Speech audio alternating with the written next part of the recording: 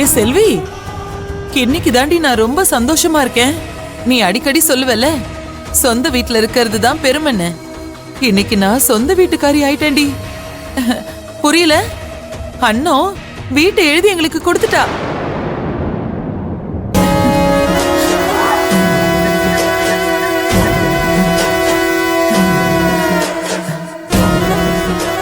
ஏ விஜயா, அண்ணோ வீட்டை எங்களுக்கு எழுதி கொடுத்துட்டாடி. நான் சொந்த வீட்டுக்காரி ஆயிட்டேன்.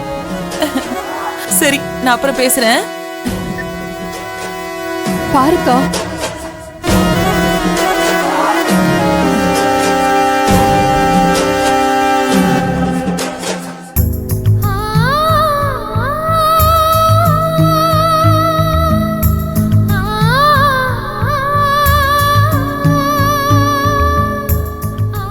பாத்தியாக்கா சந்தோஷத்தை?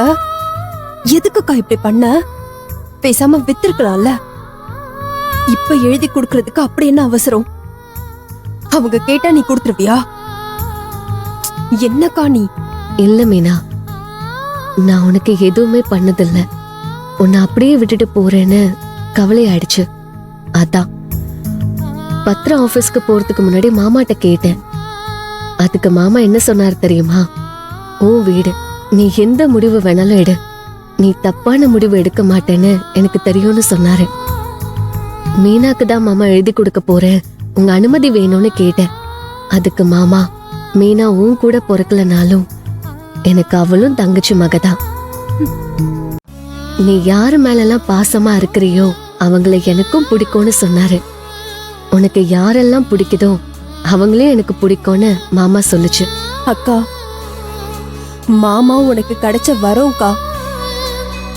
எனக்கும் மாமானு வந்தா நீ சாபம்க்கா.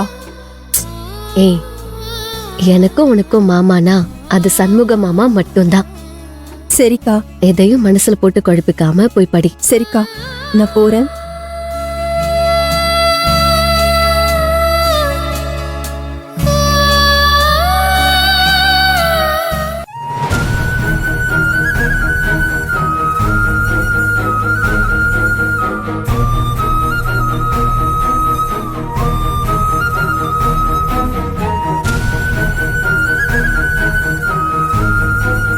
சண்முகம், என்னப்பா இப்படி சோகமா இருக்க?